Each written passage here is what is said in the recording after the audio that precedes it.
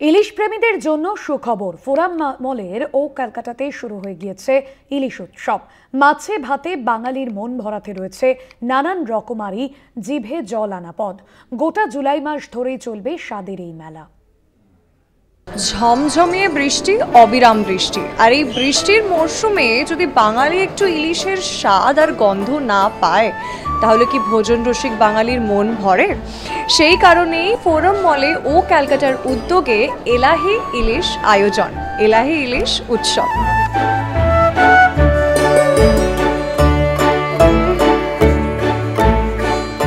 Forum মলের ও ক্যালকাটায় ফিরে এসেছে ইলিশ উৎসব। উৎসবে রয়েছে রকমারি ইলিশের পদ। প্রতিটা পদেই আছে আলাদা স্বাদ, আলাদা গল্প। বাঙালির মন ভরছে, কিন্তু পেট বলছে আরেকটু হোক। বাঙালির কাছে ইলিশ আর ও ক্যালকাটা ওতপ্রোতভাবে জড়িত, অ্যাবসলিউটলি। আর আমরা বেশি কিছু এক্সপেরিমেন্ট করি না, আমরা জাস্ট 9টা পদ রেখেছি ইলিশের, জাস্ট 9 আইটেমস। এবারে অ্যাড করেছি মেঘনা মাঝি ইলিশ, যেটা নারকলের দুধ আর একটু ট্যামারিন দিয়ে করানো। একটা মোচা ইলিশ অ্যাড করা হয়েছে, এটা দুটোই হচ্ছে বোনলেস। আর আমাদের স্মোকড হিলসাটা সারা বছর থাকে, এটা বোনলেসই থাকে। ও ক্যালকাটার ইলিশ উৎসবে স্বাদের রঙিন মেলা। উৎসবে রয়েছে স্মোকড ইলিশ, ভাপা ইলিশ, ইলিশ পাতুরি, মোচার ইলিশ সহ আরও অনেক লোভনীয় পদ। প্রতিটি পদেই আলাদা চমক।